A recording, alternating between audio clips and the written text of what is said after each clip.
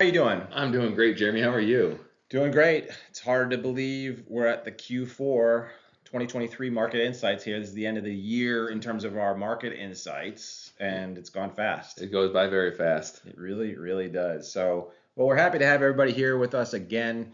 Um, Buckle up. We've got some good stuff for you. So the big picture portfolio points that we want to bring out are the following.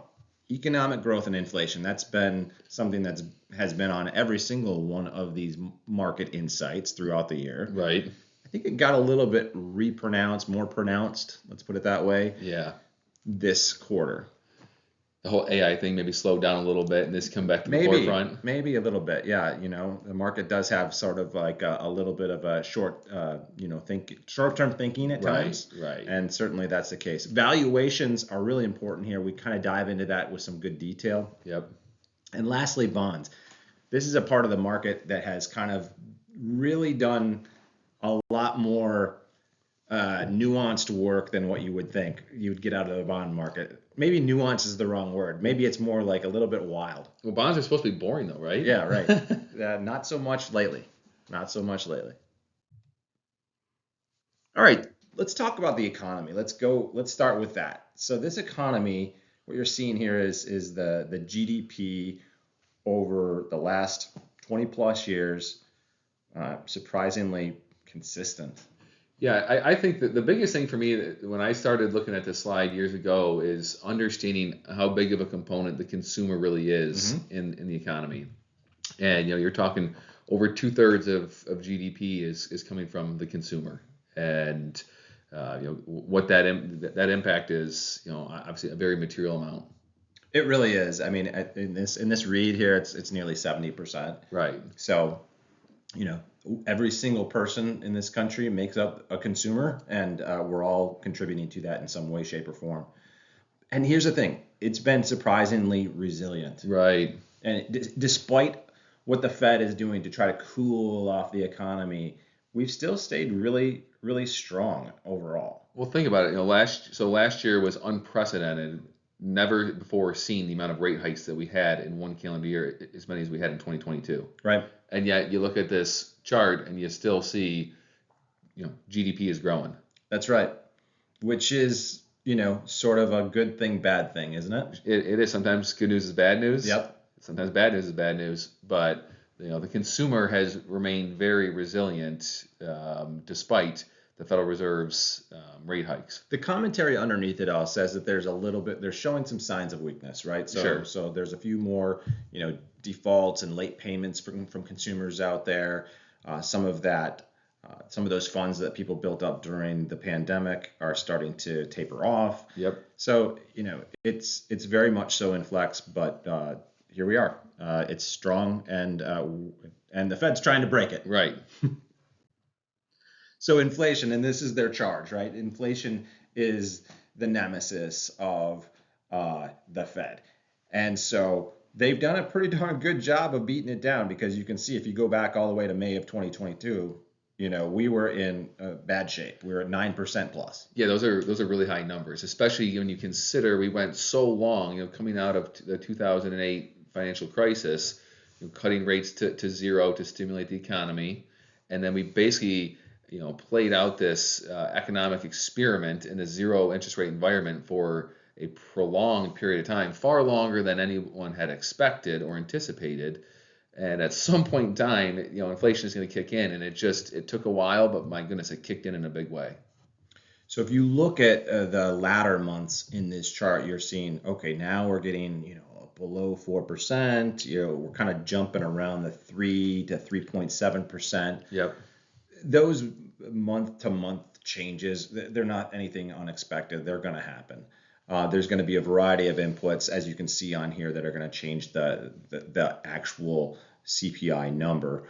But it's going down. Now we are at this point where we're, 3.5%. We need to get to 2. That's the mark. That's the target, right? That's the target. It's an arbitrary target. We know that, but it's the target nonetheless. Right. What's the Fed doing? Yeah. Well, as you can see, as you mentioned, so they clearly did a very good job in the last 12 months here, bringing it down from its high of 9.1. But maybe that the last leg of their mission here might be a little bit more difficult than or take a little bit longer at least than what maybe they would all hope for. Well, I used to be in logistics, and then they say the last mile of delivery is sometimes the hardest mile Right. that's ridden. Right. So here we are, kids. So this shows the Fed in interest rates, where they've gone over the years, and then where we think that they're going. And when we say we, Right. this is sort of like what the market sort of anticipates. Think that the market here, without getting into too much detail, has been a little bit off in terms of their forecasting. They Sure. thought we were going to reach the highs sooner and perhaps get to a cutting environment sooner as well. Well, I mean, if you look at this chart, it's a reasonable expectation for the market to have had, given going back again, as I mentioned before, 2008. We kept rates at the floor for 7 years. We tried to start to normalize in 2015, and the market didn't like it, so we cut it back down. And so again, I mean, in the last decade plus, we've been very much accustomed to the zero interest rate environment policy that we've had. But I agree with you. I think that the market might have gotten a little bit out in front of the expectation for rate cuts. Yeah, and you know what?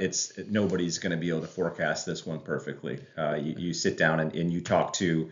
In fact, we just listened to one of the Fed presidents was on CNBC earlier today, and they were talking about, when do you think you're going to hit the cutting button? Right.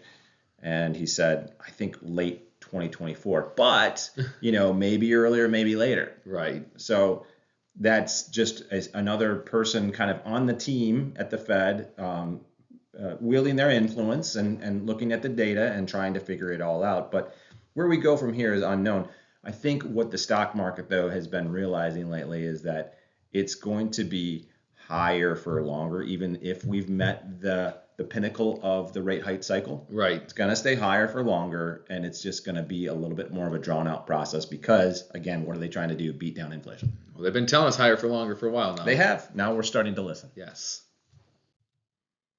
So it's relevant on the cusp of understanding how those higher for longer mantras are playing out to look at the Q3 market performance. And when you look at this, there's a lot of red on the chart. And this chart is actually looking at all cap sectors, large cap S&P 500, mid cap S&P 400, and small cap S&P 600. And really the only sector within these indices that's been up is going to be energy. For the third quarter, energy was was the only place that had any green on the screen there. But that's still a very narrow focus in on the 3 month, right? Mm-hmm. If you're willing to take a step back and zoom out a little bit, as we talk so often about, look at the 12-month numbers. Yep. So don't get so caught up in what's happened in the last 3 months. Take a step back and look at the 12 months, and all of a sudden that's where you see all the green. Yep. So in spite of those rate hikes and all the things that the different variables we talk about, the last 12 months have been 12 good months for the stock market. There's no doubt about it. I mean, they have. You can't argue with that. It is what it is. It's done really well. Right. And now we're adjusting, and we're seeing where things are going to go in this higher for longer environment. And certain companies are going to have a little bit better fortune than others.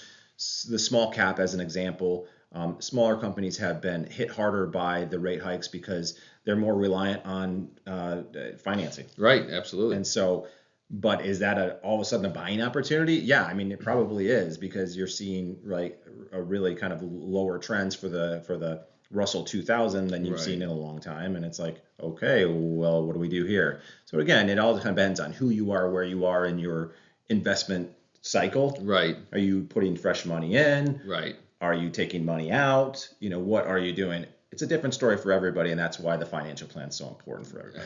We say it all the time, don't we? We do. Another thing that's really important is consumer sentiment, but it's maybe important in a way that you wouldn't exactly realize. Yeah, I like this chart a lot. We talk about, so you hear about the consumer sentiment studies, and really what we see here at this in the chart is when the consumer sentiment is very poor and below its long-term average, the next 12 months in the stock market have tend to be very good returns. So you look at all the way, any of the data points below the long-term average there, the next 12 months are, I mean, they're all double-digit percentage gains in the next 12 months. They are, and people can go back to an inflection moment, in the Great Recession, and how scary that environment was, and how consumer sentiment was so beaten down.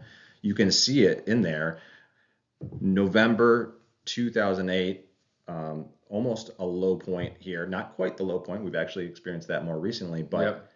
we were really, really low, really, really far off the average. And Very, then very understandable too, right? I mean, it's a terrible Oh my time. goodness! I mean, for sure.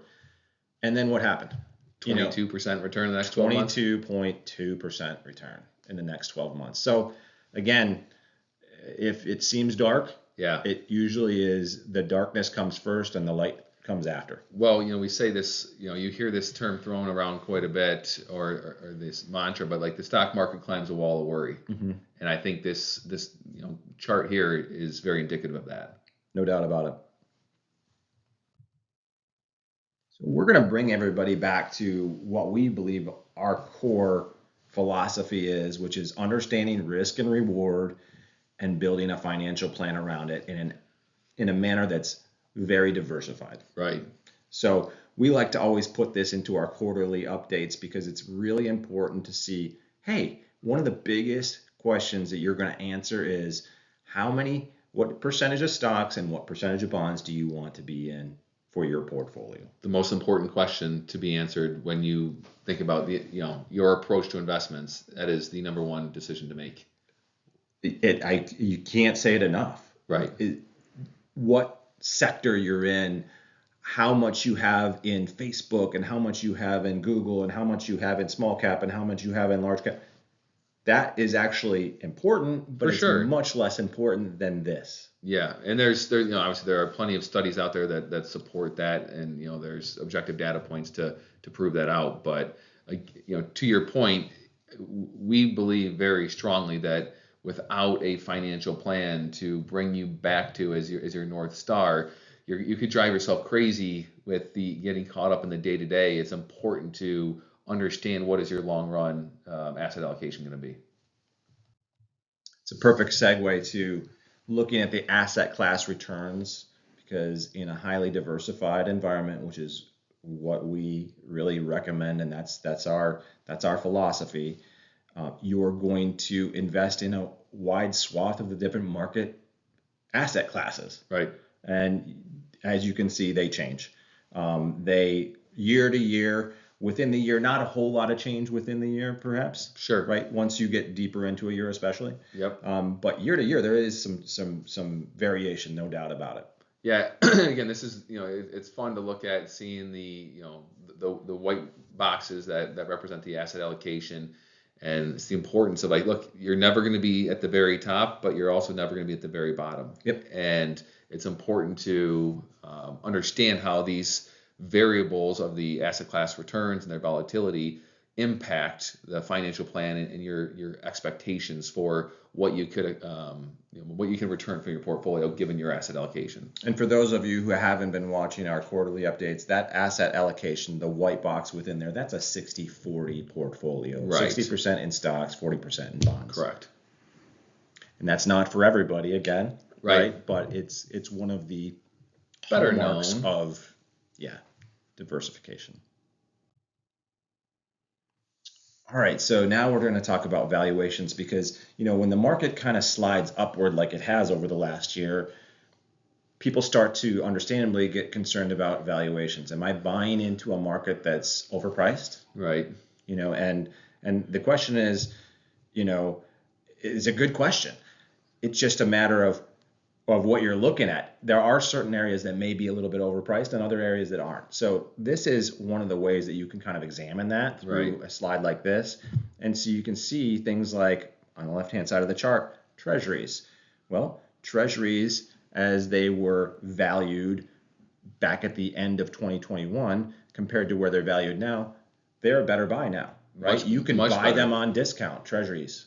And if we just take a step back, I think everybody would agree that the primary approach to investment should be wanting to buy low Yep, and sell when they're high, it makes sense. right? It's So, one of the logical things that actually really, really does make sense. but what does buy low and sell high mean? Well, valuations are a great way to start that assessment. Doesn't mean they can't go higher or can't go lower, but it's a great way to start the analysis of, am I buying higher or lower than, the long run average for this asset class? Spot on. So thanks for resetting that. And, so you take a look at some of the other examples in here. There are things that are on sale right now. Right now you've got international developed market. Right. It's still on sale. Still right? on sale. And there's some great companies within within that space. Some fantastic ones. No question. And then emerging markets, they're showing some relative valuation construction that's important. And then there's also, you start to look at the other side of it. Okay, U.S. large cap, U.S. growth, is it a little expensive? Relative to history, yeah. Yeah, but maybe. But it makes sense. Again, we think about the AI boom that we've had this year and the growth companies that have driven that. You would expect those to be, given their run up in price this year, you'd expect the valuations to be, a little bit higher, at least a little bit higher than the long run average. And for an asset allocator, like we were just talking about in a 60-40 kind of approach, that doesn't mean that you cut out buying the S&P 500 growth. No. Right? No, it doesn't. It just says don't just buy S&P 500 growth. Right, absolutely. Next slide.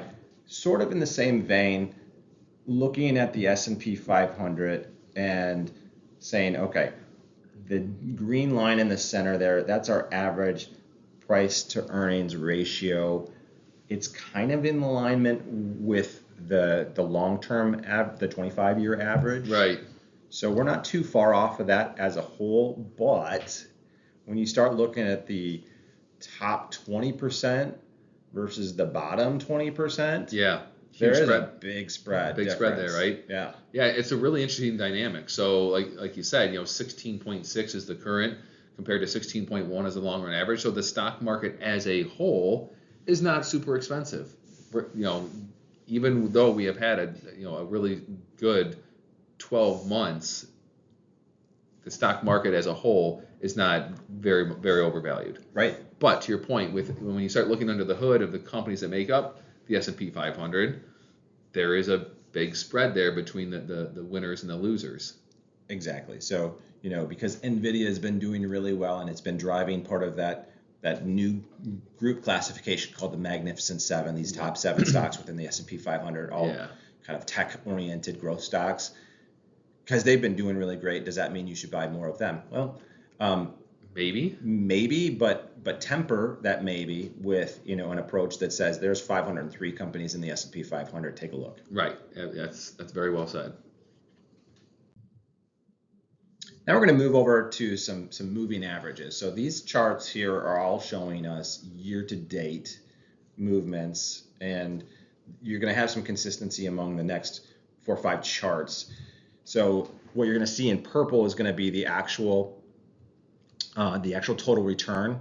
Yep. And then in blue, it's going to be the 50-day moving average, and in orange, it's going to be the 200-day moving average. So one of the things that I do like about these type of charts is that it removes all the emotion from the analysis. Yep. There is nothing, we're not talking about inflation, we're not talking about consumer sentiment. We are purely talking about the price.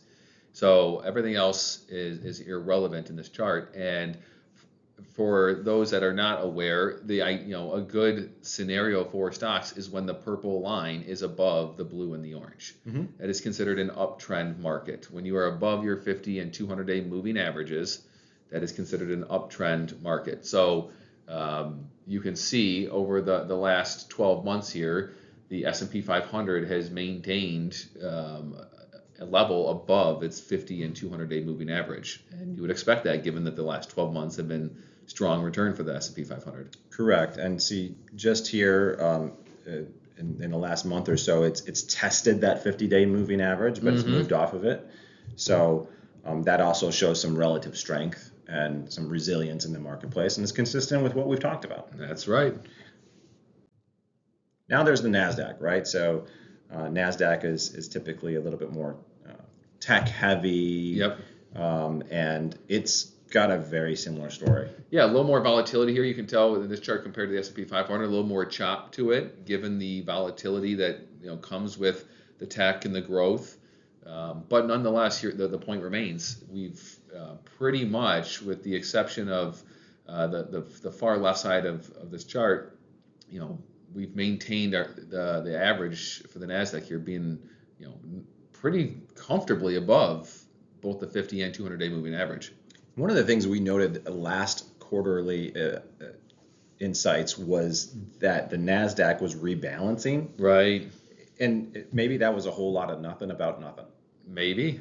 But the rebalancing was important because you were having some stocks getting really outsized, Microsoft and Apple being the two. Right. And so they took them down in terms of their percentage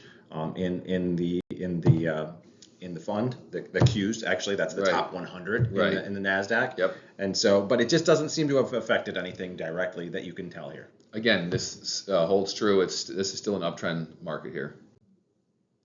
And then the Dow Jones.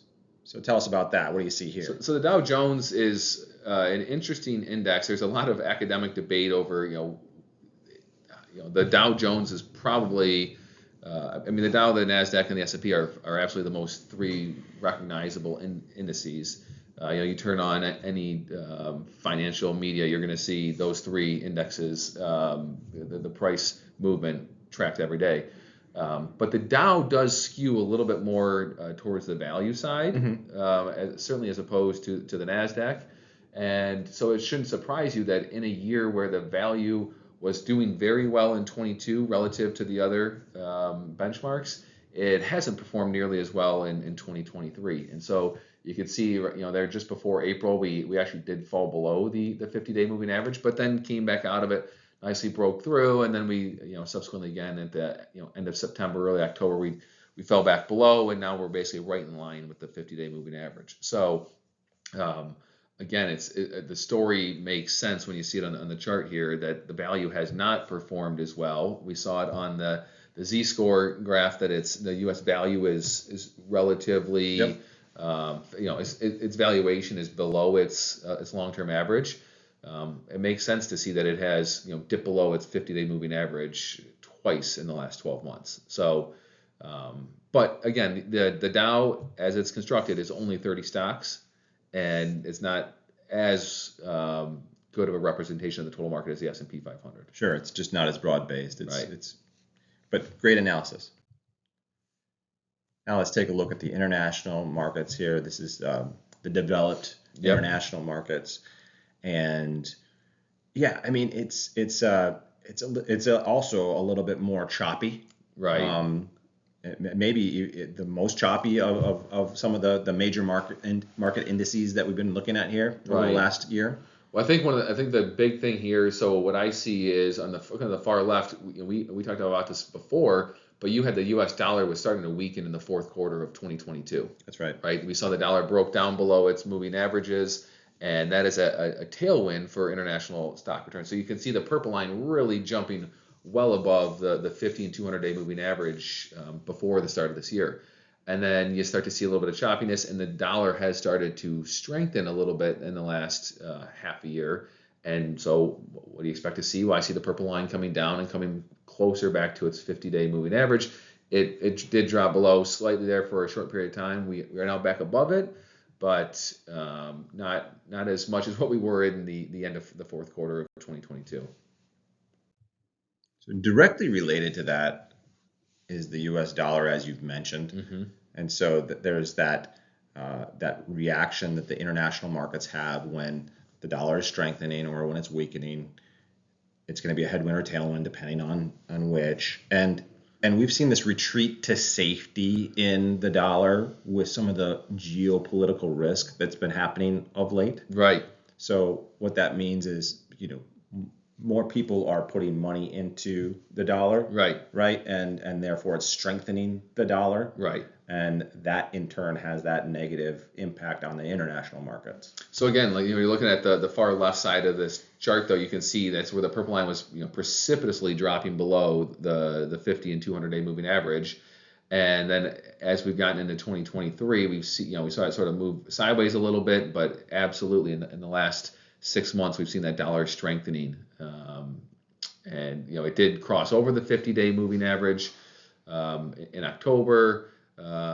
We're slightly below at this point, but it's certainly an important variable for all of the stock market dynamics, but very much so important for international markets. It is. So keep an eye on that. That's, I think, one of the in the terms of technical charts, this is one of the most important ones. I agree. All right, now we're flipping the script. We're going over to bonds. Yeah, fun. All right, so bonds have been wild. We talked about before how bonds the bond market is supposed to be ideally sort of boring, Yep. sort of predictable, and of late it has been really pretty wild. Yeah. So what we're looking at here, you see the yield curve, and if you look at from the bottom and work our way up, you see at the end of 2021, that is a very normal sloping yield curve. Those are what we would consider a normal time. So you're getting paid less interest on the short end of the curve, or the shorter duration. So the 3-month, 1 year, you're going to get less interest there than what you should expect to be paid on a 20 and a 30-year bond. Okay, that makes sense. But as we've talked about and has been very well documented and discussed in the media, we've had this yield curve inversion, right? And the yield curve has, it is thought to be a good predictor of, future economic outcomes and potentially stock market fluctuations. But what we've seen here in the past is that how do we normalize and get the current yield curve to look normal? Yeah. It's either has to shrink in the front end or rise on the back end in the longer term. And we've seen what we've got boxed in here. You're seeing the 10-year has had a big jump, and that's been in the headlines recently. But from the end of 22 to where we're at now, you're from 3.9 to 4.6, and that was at the end of September. We're now seeing that number even higher as we sit here today in the middle of October filming this. And then you see again the 20-year, we've had a big jump, and the 30-year a big jump as well. So it's been an interesting ride for those longer dated maturities. This is so important for people to understand the bond market dynamics. So the inverse relationship between the price of the bond and the yield. And so people who've been sitting on bond investments they've made, they perhaps have seen those values of those bonds go down because the yields keep rising, right? What's going on there underneath the hood is that you don't have enough buyers on the long end of the duration, call it 10, 20, 30 years. So the sellers are having to juice up the yield by pushing the bond price down, right? Bond price goes down, yield goes up, gets to the point where somebody's willing to buy it on the other end, right? Yep. And so that's what we're seeing right now with these long-term bonds. And it's just driving the market into a different place. Now, what's really, really interesting here is that everybody's been talking about the Fed. Right. And I heard somebody smart say the other day, the Fed was driving this car, and now they've stepped out of that car. The bond market is now driving the yields. Right. Well, I mean, it's a great point. Like, you have to juice the returns for somebody to be interested in these long-dated bonds at this point. You do. So it is a very interesting time that we're in. But again, keep in mind that it's probably it's a short period of time until we normalize and get back into some sort of a normal curve. We would think at this point, we've been inverted for so long that we think that we're actually starting to see this normalization take place right in front of us. No question. It's a little bit unhinged at times when you're going through that. Yeah. But we are probably closer to the end of that cycle than certainly at the beginning. Absolutely. Here's another example just to kind of show you what it looks like with an example of the 10-year U.S. Treasury and how it's grown in terms of its yield over the last 6 months. Right. And I know that we were talking about this earlier, and you're like, it doesn't look that huge, but But yeah, so a percentage move from starting about just under 3.6 to being north of 4.6. When you think about that 1% movement in relative terms, 1% move from a starting point of 3.6 is a very big percentage. It's not just a 1% move that you need to be focused on, that we went from 3.6 to 4.6. It's what percentage is 1% of the starting point at 3.6. Well, that's a much larger percentage. yeah, and I again going back to my mantra from earlier, I try to put this in terms of the average investor. If somebody went out and bought a 10-year treasury in April, Yeah. right? And they were happy with getting 3.5%. Yep. And now, you got 10 years on that. It's considered risk free. You're going to get your coupon of 3.5%. You're going to get your principal back to you in Right. 10 years, Yep. right?